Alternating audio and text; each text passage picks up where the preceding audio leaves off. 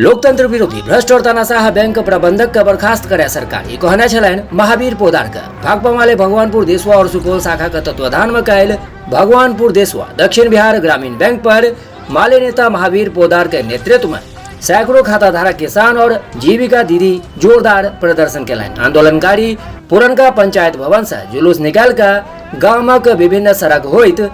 नारा लगबैत बैंक परिसर पहुंचला जतऽ पंचायत सचिव राम कृपाल राय के अध्यक्षता में सभा कयल गेल। सभा के संबोधित करैत भाकपा माले जिला स्थायी समिति सदस्य महावीर पोदार कहलनि जे बैंक मैनेजर लोकतंत्र विरोधी छथि और संगहि भ्रष्ट सेहो। और सुनै छी महावीर पोदार और की सब कहलनि। प्रबंध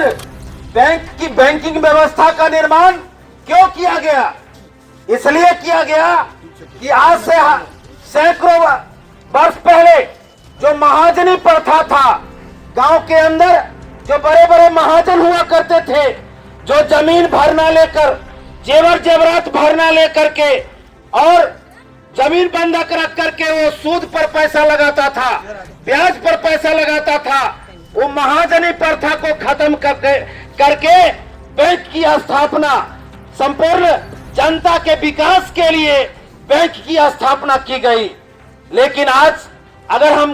लोग गौर से देखते हैं तो आज व्यवस्था जो बदली है, वो व्यवस्था के तहत ये बैंक मैनेजर का भी नियत और नेचर बदल चुका है।